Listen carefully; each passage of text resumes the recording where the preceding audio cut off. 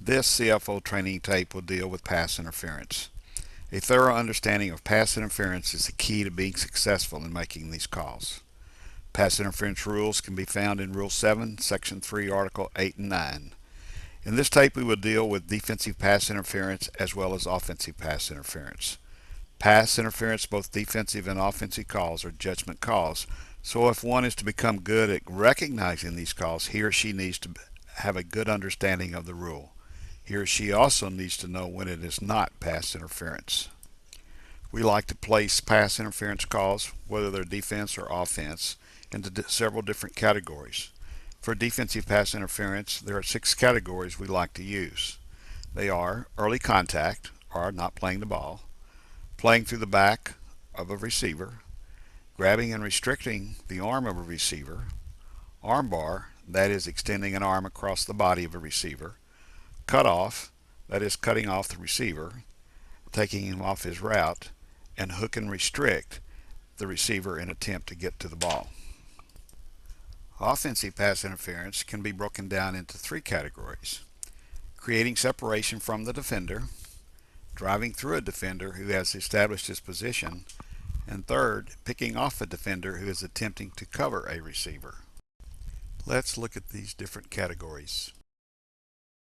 In this play, we want to pay attention to the receiver at the top of the screen and the defender. As you can see, as he moves downfield, the defender is going to grab him right there, and he stays with him and he holds on to him. And we have defensive pass interference. So we have early contact or not playing the ball. As you'll see when we go to the replay, you'll see that the defender does have the early contact. As you can see right there, he's not playing the ball. Now he's going to turn around and look for the ball, but it's already got the early contact. Also, he's going to grab him at the waist if you look at there. So we could possibly have more than one category on this, but defensive interference is a correct call. As we look at this play, this is the man that you want to watch. A field judge's man, and a field judge will make the call. You won't see it until we go to the end zone, but there's early contact and not playing the ball by the defender, number 25. So as you go to the end zone shot, you want to pay particular attention to the contact by number 25. You can see right here he goes in. He's already made contact. He's got contact there. He's trying to go with him. He's staying all over him. So we have early contact or not playing the ball. A good solid DPI call.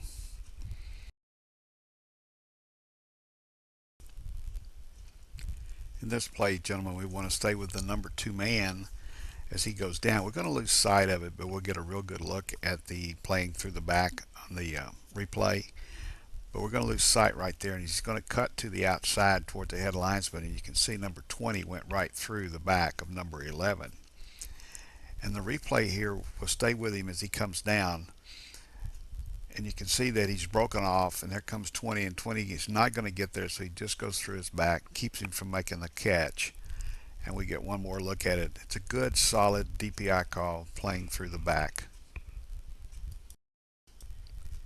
In this play, gentlemen, it's actually the number 2 man in from the line judge's side that we lose sight of, but watch it as it comes back to the goal line.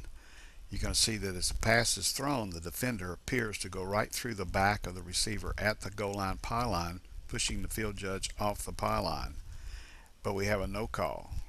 But before we make a judgment on this, let's make sure we look at the end zone shot. As you can see here, you can see that the defender is going right straight through the back of the receiver, number 6, and this is DPI playing through the back, and it's one that we would want call. So this should be DPI.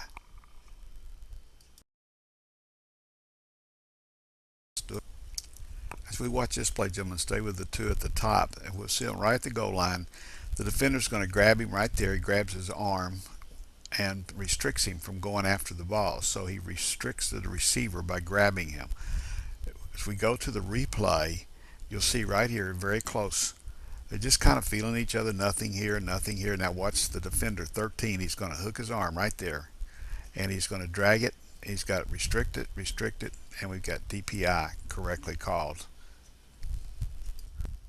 In this play, gentlemen, we want to stay with this receiver right here, who's only going to go down about 5 yards, and then he's going to cut back to the middle, and now you can see that he's wrapped up right there. So we got to grab and restrict, and we have a no call. this is one that we do want to make a call on, gentlemen. Here's the end zone shot. There's the man that's going to go down. There's the defender that's going to grab him and restrict him. So just stay with it as he moves. You can see right there as he comes across, he grabs him, wraps him, restricts him, and we should have DPI. That is a call that we must make. Here's one more look at it, and you get an even better look. You can see how 56 has already wrapped the man, so DPI should be the correct call.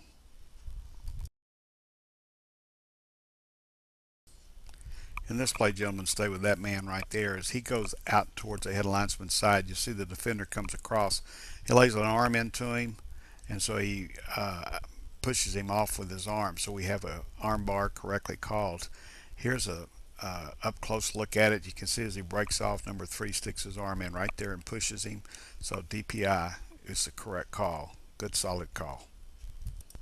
This is another good example of an armbar. If you watch the defender, he's going to lay his arm right across the chest of the receiver, number 23. And as you look at this one, you just get the same view again, just from a little different angle. But then now you're going to get to look at the foul up close right there, the arm across the chest. Good call, DPI. In this play, gentlemen, you want to watch these two here. The defender is in the process of riding the receiver out of bounds, or cutting him off as we refer to it. You'll see right here he's not playing the ball, but he's pushing him off his original route, so we call that a cutoff. And again, you get one more look at it. He cuts him off, drives him out of bounds, so we have a correct call for DPI for cutoff.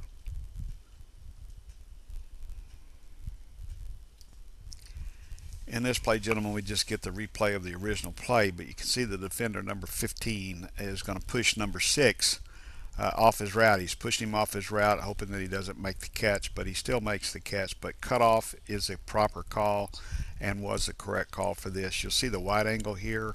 He reaches in, pushes him off his route, so good call for DPI cutoff. In this play, gentlemen, we want to stay with the receiver to the top towards the head linesman's side as he goes down into the end zone. You'll see a little hook and turn.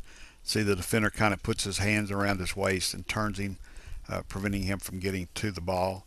So we have a hook and turn or a hook and restrict. Here's the other angle of it. You can see that he's restricting receiver in an attempt to get to the ball by hooking and turning him. And we'll get one more look coming up right here. This is a correct call for DPI. This is the example of the hook and turn.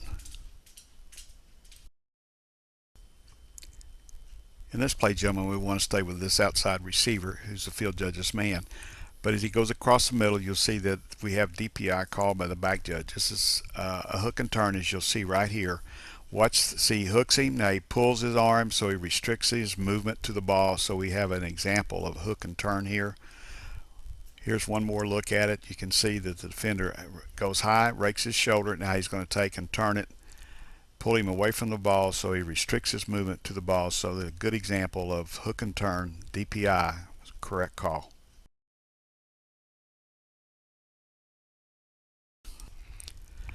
In this play, gentlemen, stay with that receiver there. We're going to talk about the first one that we mentioned earlier about offensive pass interference, that of the receiver gaining separation to make the catch.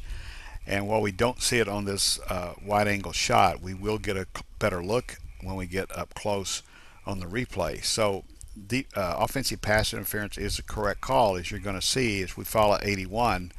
The receiver in 17. Now watch 81. He's going to push his hand right there, push off, get a separation, make the catch, and complete the catch. So offensive pass interference is the correct call.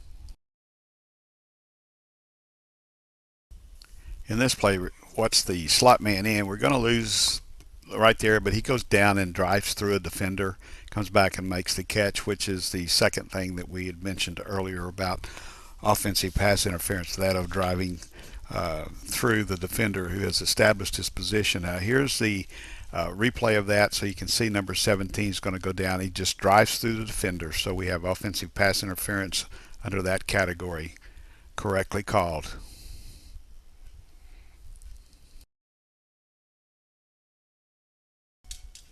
On this play, gentlemen, the third man in from the top is going to pick off a defender who's trying to cover number 4, which frees up number 4 to make and complete the catch and a huge gain. So this is what we call a pick play. It's offensive pass interference, and it's a good example of that. Now we're going to go to the replay of this, and you can see as number 4 at the bottom comes across, number 2 at the top comes in. That was the third man. He just picks that defender to keep the defender from getting to number 4. So offensive pass interference for a pick play is correctly called. This will conclude this training tape on offensive and defensive pass interference. It's my hope that the plays that we've shown you examples of will benefit you during the year as you study the passing game and Rule 7 involving pass interference, both offensive and defensive. Also, I would suggest that you continue to study the philosophies of the game and the philosophies that we've put out from the CFO. And I want to wish you the very best for the season 2012. Good luck.